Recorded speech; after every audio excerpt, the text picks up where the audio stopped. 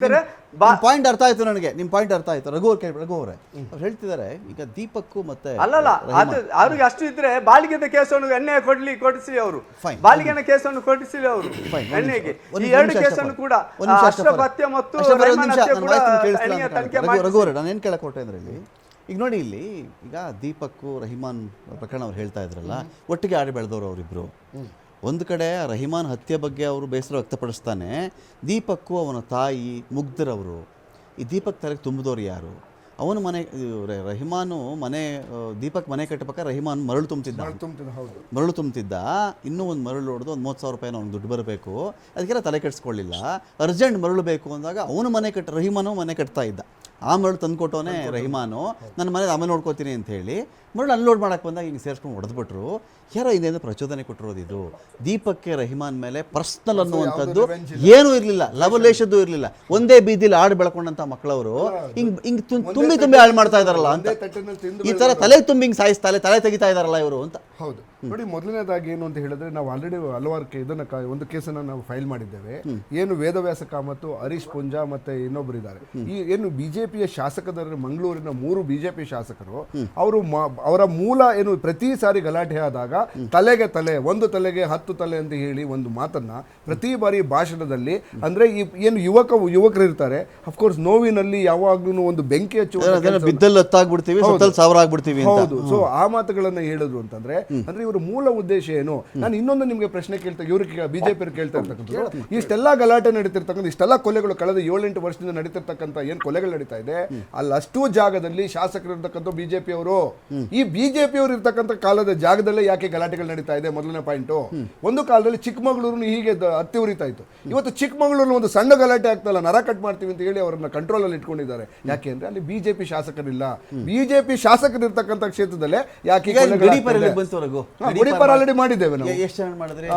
ಅಲ್ಲ ಈಗ 32 ಜನ ಹಿಂದೂಗಳು, ಒಂದು 15-16 ಜನ ಮುಸ್ಲಿಂ ನಾಯಕರನ್ನ ಗಡಿಪಾರ ಮೆಜಾರಿಟಿ ಆಲ್ರೆಡಿ ಹೇಳಿದ್ದೇವೆ ನಾವು. ಎಲ್ಲರೂ ಅವರನ್ನ ಗಡಿಲಿ ಇಲ್ವಾ? ಒಳಗಡೆ ಯಾರು ಇಲ್ಲ, ಒಳಗಡೆ ಯಾರು ಇಲ್ಲ, ಎಲ್ಲ ಆಚೆ ಇದ್ದಾರೆ, ತಲೆ ಮರೆಸ್ಕೊಂಡ್ಬಿಟ್ಟಿದ್ದಾರೆ. ಈಗ ಎಲ್ಲ ಅಂದ್ರೆ ಆಕ್ಷೆ ಇದರಿಂದ ಏನು ದಕ್ಷಿಣ ಕನ್ನಡ ಉಡುಪಿ ಜಿಲ್ಲೆಯಿಂದ ಹೊರಗಡೆ ವ್ಯಾಪ್ತಿಯಲ್ಲಿ ಇರಿ ಅಂತ ಹೇಳಿದ್ವಿ, ಅಲ್ಲಿದ್ದಾರೆ ಅವರು. ಪೂರ್ತಿ ಶಾಂತಿ ನೆಲೆಸ್ತಾ ಇದೆ. ತೋರಿಸಿ ಯಾವ ಗಲಾಟೆ ನಡೆದಿದೆ. ಈಗ ನಾವು ಸರ್ಕಾರ ಕ್ಲಿಯರ್ ಆಗಿ ಹೇಳಿದೆ, ಏನು ಆಂಟಿ ಕಮ್ಯುನಲ್ ಫೋರ್ಸ್ ಅನ್ನ ಮಾಡಿದ್ದೇವೆ. ಈಗ ನಮ್ಮ ಬಿಜೆಪಿ ಆಂಟಿ ಕಮ್ಯುನಲ್ ಫೋರ್ಸ್ ಅನ್ನ ನಾವು ಮಾಡ್ತೀವಿ ಅಂತ ಪರಮೇಶ್ವರ್ ಅವರು ಹೇಳಿದಾಗ, ಇದೇ ವೇದವ್ಯಾಸ ಮತ್ತು ಇದೇ ಏನು ಇವರು ಶೆಟ್ಟಿ ಅವರು, ಹರೀಶ್ ಪೂಂಜಾ ಅವರು, ಸೊ ಯಾಕೆ ಮುಸ್ಲಿಂ ಮುಖಂಡರು ಬಹಳ ಸಿಟ್ಟಾಗಿದ್ದಾರೆ ನಿಮ್ಮ ಮೇಲೆ ಗಡಿಪಾರ ಮಾಡ್ತಿರೋದಕ್ಕೆ, ನಮ್ಮನ್ನ ಯಾಕೆ ಹಿಂಗ್ ಸೇರಿಸ್ಕೊಂಡಿದ್ರಿ? ಅದು ಅವರ ವೈಯಕ್ತಿಕ ಅಭಿಪ್ರಾಯವನ್ನು ಮಂಡನೆ ಮಾಡಿದ್ದಾರೆ. ಕಾನೂನು ವಿಚಾರದಲ್ಲಿ ಬಂದಾಗ ಎಲ್ಲರೂ ಒಂದೇನೆ. ನಮಗೆ ಇನ್ನೊಂದು ವಿಚಾರವನ್ನು ಹೇಳ್ತಾ ಇದ್ದಾರೆ, ನಿಮ್ಮ ಹತ್ರ ಲಿಸ್ಟ್ ಎಲ್ಲ ಇತ್ತು ಯಾರ ಗಲಭೆ ಮಾಡಬಹುದು ಅಂತ. ಅಲ್ಲ, ಪ್ರಾಬ್ಲಮ್ ಒಬ್ಬ ಸುಹಾಸ್ ಶೆಟ್ಟಿ ಹೆಣ ಬೀಳಿ, ಒಬ್ಬ ರಹಿಮಾನ್ ಹೆಣ ಬೀಳಿ ಅಂತ ಯು ಪೀಪಲ್ ಆರ್ ವೈಟಿಂಗ್. ಅಲ್ಲ, ನಾವು ವೇಟ್ ಮಾಡಿದ್ದಲ್ಲ. ನೋಡಿ, ಯಾರೋ ಒಬ್ಬ ಮರಳು ತುಂಬ್ತಾ ಇದ್ದವನು ಲಿಸ್ಟ್ ಇತ್ತು, 32 ಜನ ಈ ಕಡೆ ಇದ್ದಾರೆ, 15 ಪ್ರಚೋದನೆ ಮಾಡೋರು ಇದ್ದಾರೆ, ನಿಮ್ಗೆ ಗೊತ್ತಿ ಚೆನ್ನಾಗಿ. ಇಲ್ಲಿ ನೋಡಿ, ಏನು ಕೊಲೆಗಳಾಗ್ತಾ ಇದೆ, ಈ ಕೊಲೆಗೂ ಇನ್ನೊಂದು ಕೊಲೆಗೂ ಸಂಬಂಧ ಇಲ್ಲ. ಒಂದು ಹಿಂದೂಗೆ ಒಂದು ಮುಸ್ಲಿಂ ಕೊಲೆ, ಒಂದು ಮುಸ್ಲಿಂ ಕೊಲೆಗೆ ಒಂದು ಹಿಂದೂ ಅಂದ್ರೆ ಅವನಿಗೂ ಸಂಬಂಧನೇ ಇರೋದಿಲ್ಲ.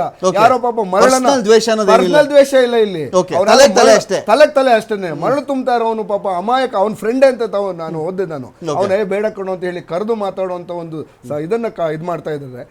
ಅದು ಮಾನವೀಯದ್ರು ಇದಲ್ಲ, ಅದು ಮೃಗದ ಇದು. ಇನ್ನೊಂದು ಪಾಯಿಂಟ್ ನಾನು ದಯವಿಟ್ಟು ನಾನು ತಮ್ಗೆ ಹೇಳ್ಬೇಕು. ಏನು ಅಂತ ಹೇಳಿದ್ರೆ, ಈಗ ಇವರು ಹೇಳ್ತಾ ಇದ್ರು, ಏನು ಒಂದು ತಾಯಿಯ ಆಕ್ರಂದ, ಏನು ಸುಹಾಸ್ ಶೆಟ್ಟಿಯ ತಾಯಿಯ ಆಕ್ರಂದನ ಕೇಳ್ಬಿಟ್ಟು NIA ಅಂದ್ರೆ ಈ ಆಕ್ರಂದನ ಈ ತಾಯಿಗೆ ಮಾತ್ರ ಇದೆಯಾ? ಆ 12 ತಾಯಿಗಳು ಏನು ಸತ್ರಲ್ಲ ಅವ್ರಿಗೆ ಈ ಆಕ್ರಂದನ ಇರ್ಲಿಲ್ವಾ? ಆ ಆಕ್ರಂದನ NIA ಕೇಳಿಸ್ತಿಲ್ವಾ? ಬಾಳಿಗಾತಿಯನ್ನ ಬಾಳಿಗಾತಿಯ ಕೊಟ್ಟಿಲ್ಲ. ಆಯ್ತು, ಇದೊಂದು. ಎರಡನೇದು, ಅಶ್ರಫ್ ಅಂತ ಹುಡುಗ ಪಾಪ ಕ್ರಿಕೆಟ್ ಆಡೋನು, ಅವನು ಕೇಳಾದವನು. ನೀವೇಗೇನಾದ್ರು ಅಂತಾರಾಜ್ಯ ಮಟ್ಟದ ಕೇಸ್ ಅಂತ ಅನ್ಕೊಂಡಿದ್ರೆ, ಅಥವಾ ನೀವು ಅಸಂಪ್ಷನ್ ಹೆಂಗ್ ಬಂದ್ರಿ ಅಂದ್ರೆ ಈ ಕೇಸ್ ನಲ್ಲಿ ಮಾತ್ರ ಇದು ಅಂತಾರಾಜ್ಯದ ಮಟ್ಟದಲ್ಲಿ. ಒಬ್ಬ ಮುಖಂಡ ಮಾತಾಡ್ತಾ ಇದ್ದ, ಅಶ್ರಫ್ ಕೇಸ್ ಒಂದು ಆಕಸ್ಮಿಕವಾಗಿ ಆಗಿದ್ದು. ಅಲ್ಲ, ನೀವ್ ಹೆಂಗ್ ಹೇಳ್ತೀರಿ ಅದನ್ನ? ತಪ್ಪು ತಿಳುವಳಿಕೆ ಆಕಸ್ಮಿಕ. ನೀವು ಬಿಜೆಪಿಯ ಶಾಸಕರು ಒಂದು ಕೇಸನ್ನ 3 ದಿನ ಮುಚ್ಚಾಕಿದ್ರು. ಅದನ್ನ 3 ದಿನ ಮುಚ್ಚಾಕಿದ್ದಕ್ಕೆ ಅಲ್ಲಿನ ಪೊಲೀಸರನ್ನ ಸಸ್ಪೆಂಡ್ ಮಾಡಿದ್ದೇವೆ. ಯಾಕೆ ಅದನ್ನ ಮುಚ್ಚಿಟ್ರಿ? 3 ದಿನ ಯಾಕೆ ಮುಚ್ಚಿಟ್ರಿ ನೀವು? ಇದ್ಯಾಕಿದು ಪ್ರತ್ಯೇಕವಾಗಿ ನೋಡೋದು ಯಾಕೆ? ಪಕ್ಷಪಾತ ಯಾಕೆ ಅಂತ ಇಂಥ ವಿಚಾರಗಳಲ್ಲಿ ಕೆಲವು ಕಡೆ ಮಾತ್ರ ಜಾಣ ಮೌನ. ನಾನು ನಮ್ಮ ಸ್ನೇಹಿತರು ಹೇಳ್ತಿದ್ರು, ಅಶ್ರಫ್ ಅವರು, ನಾವು ನಿಜವಾಗ್ಲೂ ಶಾಂತಿ, ಸೌಹಾರ್ದ, ಸಹಬಾಳ್ವೆ ಬೇಕು. ಇಲ್ಲೊಂದೊಂದು ಘಟನೆ ರೌಡಿ ಶೀಟ್ರ್ ಯಾರೋ, ರೌಡಿ ಅಲ್ಲದೇ ಇರೋರು ಗೋಮುಖ ವ್ಯಾಘ್ರರು ಯಾರೋ, ಅದು ಸಮಾಜ ತೀರ್ಮಾನ ಮಾಡಬೇಕು. ಇಂಥ ನಾಯಕರು ಮಾಡಬೇಕು. ನಾನು ಅದನ್ನು ಖಂಡಿಸ್ತೀನಿ ಅಂತ ಇದನ್ನು. ಆದರೆ ಯಾಕೆ ಇವತ್ತು ಕಾಂಗ್ರೆಸ್ ಪಕ್ಷದ ಮೇಲೆ ನಂಬಿಕೆಯಲ್ಲಿ ಯಾಕೆ NIA ಅವ್ರ ಕೊಡಬೇಕು? ತಾಯಿ ಸುಹಾಸ್ ಶೆಟ್ಟಿ ಅವ್ರ ತಾಯಿಯೂ ಹೇಳಿದ್ರು ಅದನ್ನ. ಯಾಕೆ ಕೊಡಬೇಕು ಅಂದರೆ ಕಾಂಗ್ರೆಸ್ ಮುಸ್ಲಿಂ ಮುಖಂಡರೆಲ್ಲ ಸೇರಿಸಿ ನಿಮ್ಮ ಸರ್ಕಾರ ತಂದಿದ್ದು ನಾವ್ರೇ ಹೆಂಗ್ರೇ ಇದ್ದೀರಾ, ರಾಜೀನಾಮೆ ಕೊಡ್ತೀವಿ, ಬೇರೆ ಪಕ್ಷ ಕಟ್ತೀವಿ, ನಾಳೆ ಇಳಿಸ್ತೀವಿ ಅಂದ್ರು. ಅವರ ಮರ್ಜಿಯಲ್ಲಿ ಇರತಕ್ಕಂಥ ನಿಮ್ಮಿಂದ ಹೆಂಗ್ರಿ ನಾವು ತೀರ್ಮಾನ ಮಾಡಿ ಅಪೇಕ್ಷೆ ಟೇಬಲ್ ಕುಟ್ಟಿದ್ರು, ಕೆಟ್ಟಿದ್ರು, ಓಡೋದ್ರಿ. ದಿನೇಶ್ ಗುಂಡೂರಾವ್ ನನಗೆ ಈ ಉಸ್ತುವಾರಿ ಸವಾಸ ಬೇಡಪ್ಪ ಅಂತ ಪಡ್ಕೊಂಡ್ರು.